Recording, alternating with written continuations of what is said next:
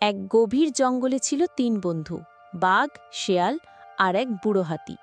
বাঘ ছিল শক্তিশালী, শেয়াল বুদ্ধিমান আর হাতির ছিল জ্ঞানের দান। বাঘ বলতো গর্জে উঠি, আমি রাজা, আমার শক্তি সবচেয়ে বেশি। শেয়াল মনে মনে হাসত চুপি চুপি, রাজা হতে লাগে বুদ্ধি, সব কিছুতেই কি শুধু গুটি। একদিন দেখা দিল ভয়াবহ খরা, খাবার নেই, পানীয় নেই, সবাই পড়ল বিপদে সারা। বাঘ বলল, আমি খাবার জোগাড় করব, আমার শক্তি দিয়ে সব কিছু আমি কাড়ব। শিয়াল বলল, না ভাই বাঘ, চলো হাতি ভাইয়ের কাছে যাই, উনি জানেন কোনটা ঠিক। তারা গেল হাতির দ্বারে। হাতি হাসল ধীরে, শান্ত গলায় বলল সবার তরে, বন্ধুরা, একা একা কিছু হয় না, শক্তি, বুদ্ধি আর জ্ঞান, এই তিনটে মিলেই হয় কাজ শোনা।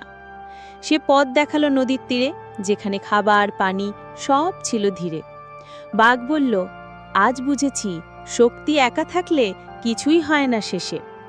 শেয়াল হেসে বলল, বুদ্ধিও একা পারে না সব, তিনে মিলে চললেই হয় জীবনের রস।